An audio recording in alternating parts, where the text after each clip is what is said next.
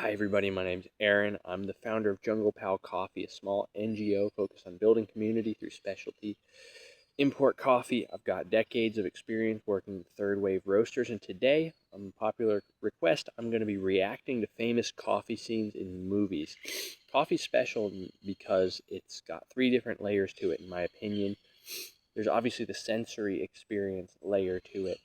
There is then the commodity, the agricultural product layer. You have this interesting dance between everyone involved in the production to the consumption. You've got farmers, post-harvest processing, and roasters and consumers. And then finally, and this is something I'm interested to see explored today, because I suspect this is a little of where this is going.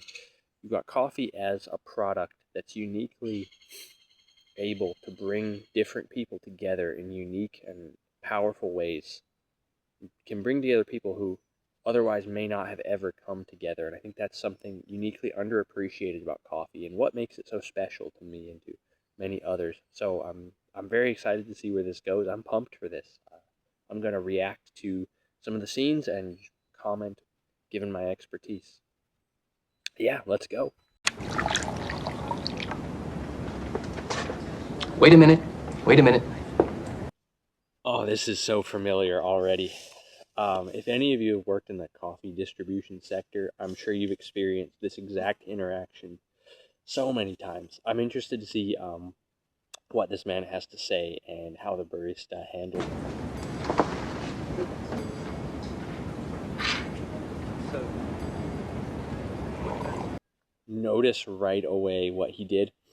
He takes in the aroma of the cup and then he sips it very gently. He didn't add any sugar to it yet, critically, and I think that's what you might miss if you're not in the know about this. But this guy did everything right. We're obviously dealing with a very educated consumer here. I feel like I need my coffee for this. I love what this man does next. He takes that first sip, and he doesn't react. He sits and he thinks. I think that's a very powerful thing that coffee is very good at teaching you. And I think that this is something that everyone could benefit from bringing a little bit more of into their lives. I love it. You know, this is, excuse me, a damn fine cup of coffee. Wow, that didn't go where I thought it was going to go. That's a really powerful exchange, and I think that this is something everyone should hope to emulate. Unfortunately, this is all too uncommon these days, but I think that this is what sets apart a coffee enthusiast versus a coffee connoisseur. And that last one, to many people, just means someone who knows a lot about coffee. But to me, to be a true connoisseur, you also have to be a responsible consumer. And I think that this is a really beautiful gesture. And I think everyone should make this kind of a habit of just making these little random acts of kindness, especially to people who work with coffee, especially to your barista, to your local roasters. Always tell them that you appreciate what they're doing. I think that's very important. Very touching scene. I like this.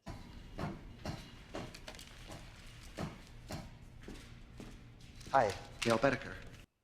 Oh no, we got Walter White. I'm really curious to see what kind of coffee Walter White likes. It's a little pet project of mine. See, in my opinion, it's all about the quinic acid level. Walter White's thinking, whoa, looks like you're making something illegal there, pal. You want just north of 4,800 milligrams per liter. Okay, this is the first real thing I've seen where I have to put my foot down, and I'm glad that we came upon this. It would be a little bit flat if this were all just kind of a sunshine and rainbow segment, because I'm glad to see kind of a popular misconception so that we can actually get an educational moment out of it and clear up some of those misconceptions. This, in my opinion, is nonsense. I don't even think there is such a thing as quinic acid. If you're a chemist, comment below, of course. Tell me if I'm wrong. Maybe I've just been drinking too much coffee, but this is exactly what I would think someone who doesn't know very much about coffee would think would be the way to make great coffee. You need to be hyper detail oriented about a particular chemical and a particular concentration and you need these beakers and test tubes and all of this fancy glassware, and it looks like a science project, and that's just unnecessary and excessive in reality. And it's unfortunate because a lot of people will present that image outside of a TV show, outside of fiction, because they're trying to sell you something, and they're trying to sell the image that they are experts. And often simplicity is much more powerful. If this were real and Walter White is a serious authority, he's obviously going to say you couldn't just find a V60. What's all this? But I'm curious to see what Walter has to say. But if you overboil to get there, you're going to leach your tannins, bitterness, yuck. So I pull a mild vacuum. That way I can keep the temperature no higher than 92 C.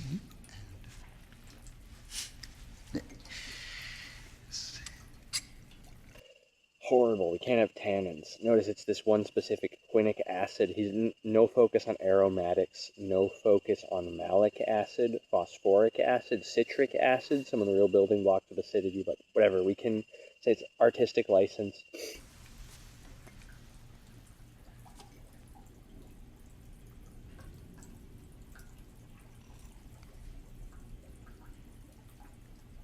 Oh my God. Nope, underdeveloped.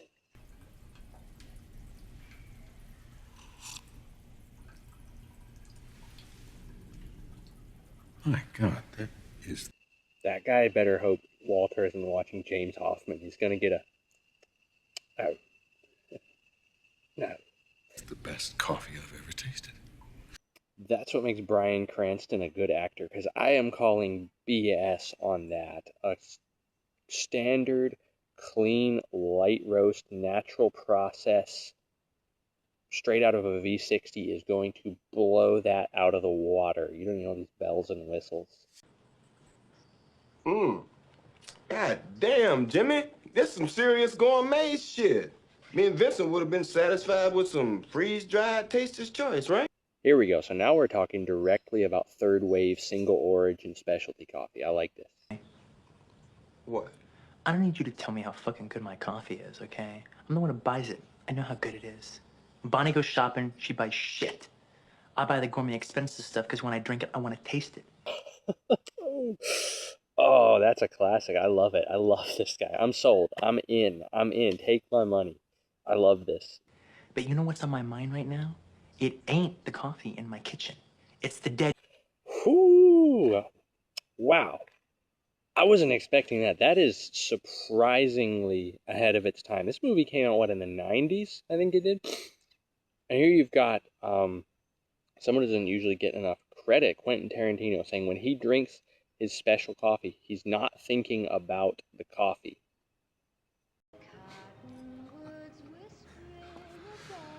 That wasn't her toe, dude. Whose toe was it, Walter? Oh, this is a great one. Classic. You got two bros bonding over coffee. The fuck should I know? I do know that nothing about it indicates... Man, it the was nail polish, Walter. Fine, dude. Guess if it's impossible to get some nail polish applied to someone else's... I mean, yeah, I'm not going to play the whole clip so I don't get demonetized, but I think you get the picture. It seems simple, but it's deceptively profound and beautiful. I mean, this is a perfect example. I can't find a better example of coffee being sort of a cornerstone of two people's relationship in a busy, chaotic world. It's something I think we're missing a lot in the modern world. Despite the great things we've accomplished with science, technology, the Western materialist, rationalist mindset, I think in some of our hubris we have neglected the importance of these small rituals that help us connect to our surroundings and process these complex experiences that we're always having. And I think that that's something that makes coffee uniquely special today in a world where everyone's on edge, in a world where everyone kind of feels like a hamster running around in one of those spinning hamster toys where they just run and run, but they never actually move forward. I mean, here you see it. This is traditional, but always contemporary. You know what I mean? Always relevant. It's like it just came out yesterday. Yeah, two bros bonding over coffee. You love to see it. And I think this is a great thing that everyone should try to incorporate into their life. Just send a message to your bros, tell them, hey, let's go check out our nearest, third wave roaster. Sit down, get a pour over, sip it, contemplate it, and just see where it takes you. I think that's great. I love this. 7 years in Folsom. In the hole for 3. McNeil before that. Again, here we have more of Coffee doing a lot of the heavy lifting of bringing these two people together. Very interesting tone right off the bat. I'm curious to see where this goes. I'm definitely seeing some tension, like when one of these guys, or maybe both of them, are having a little bit of trouble accessing that embodied, effortless flow. They seem to be holding a little bit of pain, and I'm thinking, especially from Al Pacino, it definitely looks like a 5-year-old injury, and that's unfortunate. As you see here, the body keeps score, but all in all, he seems to be handling it well, and the coffee obviously is carrying this conversation. Honestly, it's on the table. They haven't touched it yet, but yeah. You looking to become a penologist? You looking to go back? I chase down some crews, guys just looking to fuck up, get busted back. That you? You must have worked some dipshit crews. Yeah, so now it's unfolding, and we're getting a little bit of a look into what's going on. These two are hashing out some kind of a disagreement, and they don't necessarily have the emotional tools to do this in a perfect way. I think they're trying to practice some sort of radical honesty here. But honestly, this is realistic, and I think it's important to see things like this. Often we have this kind of idealized storybook idea of what healing looks like. Then don't take down scores. I do what I do best. I take scores. You do what you do best, trying to stop guys like me. This is like the average conversation between an AeroPress world champion and a competitive cupper. No, my life's a disaster zone. Oh yeah, this guy's for sure a coffee enthusiast. I got a stepdaughter so fucked up because her real father's this large type asshole. I got a wife. We're passing each other on the downslope of a marriage, my third. Yeah, he'd fit right in the specialty coffee world. Oh yeah. I mean, this guy could be whoever. This could be pretty much any green buyer. This could be half the roasters you run into. Yeah, it's unfortunate. It's a little bit of a rough profession. There's kind of still that old school Wild West attitude, and I think that's unfortunate. People work themselves too hard a lot of the time, and you see this kind of thing. I think some of that's changing nowadays, and it's a good thing. And also just notice, again, this kind of raw outpouring of emotions is absolutely facilitated by the coffee. The coffee shop's at third place. It's third place, and that's something we're missing today a lot. We don't really have a lot of third places left, so I think this is a really important example of that. You got these two guys who come together, and there's this, surprising kind of energetic transfer that happens between them, with this guy able to, unburden himself and kind of release this trauma that he's carrying.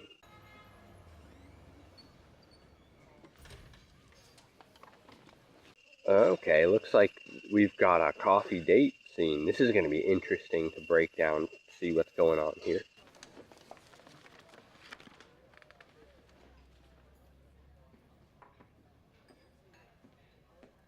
Kathleen Got a little bit of a playful banter there.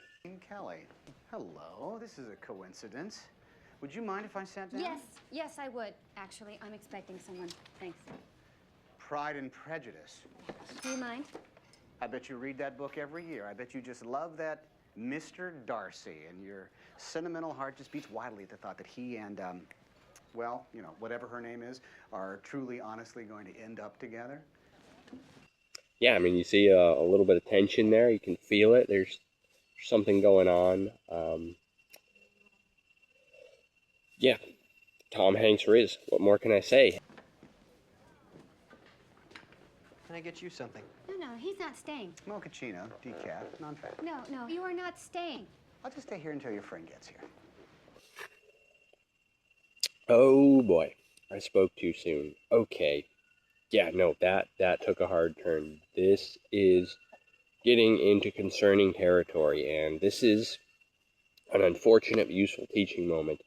In my practice as a holistic alternative therapist, this is a kind of situation that you run into a lot.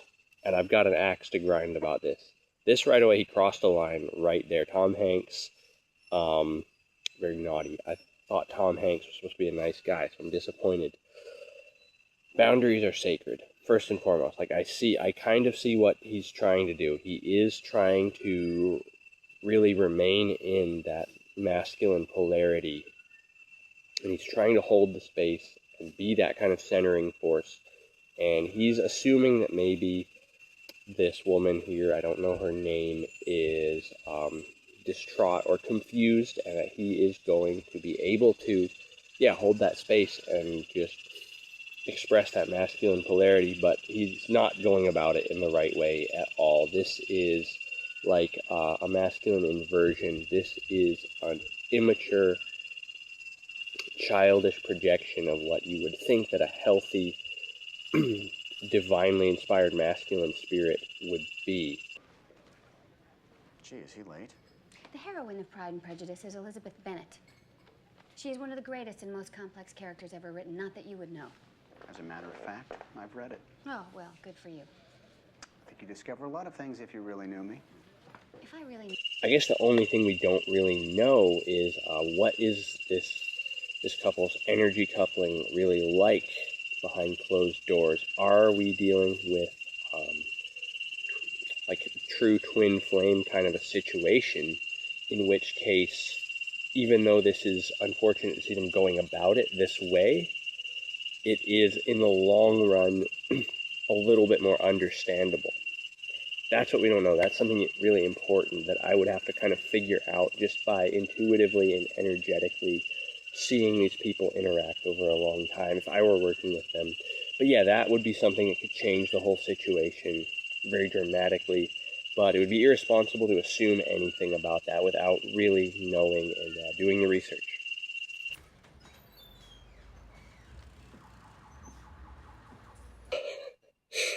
What?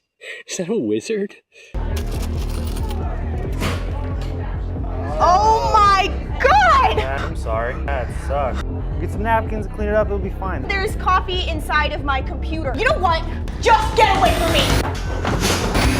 Yeah, so this is not something you see every day, but it's surprisingly not as rare as you think. This is something that's kind of fits into an uncomfortable category in our culture today, where we sort of refuse to talk about some of these things that traditional people have known about and had systems for dealing with since the dawn of time. This would be maybe some sort of a neurological electromagnetic coupling. There seems to be like a little bit of a shadow leakage here where she's very strongly activated.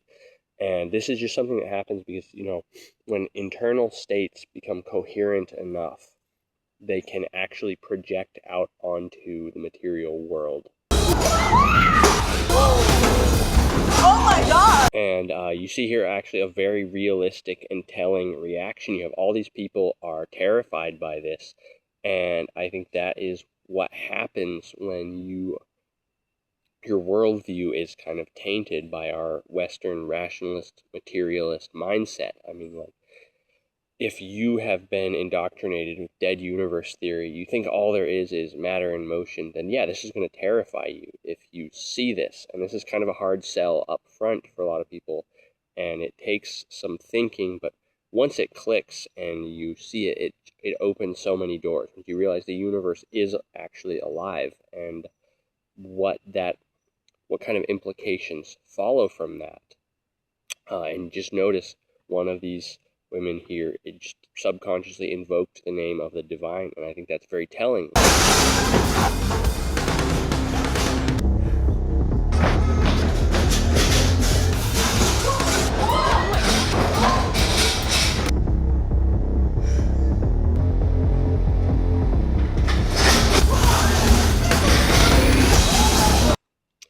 yeah, so this is unfortunately something that's all too common. This person who has what in many cultures would be considered some sort of a gift has to repress that part of themselves, and then it ultimately just feeds into their shadow self until it eventually comes out, and it's at that point beyond their control, and that leads to this being frightening and building up a lot of trauma and just continuing this vicious cycle. What a person like this needs really is guidance in the spiritual system.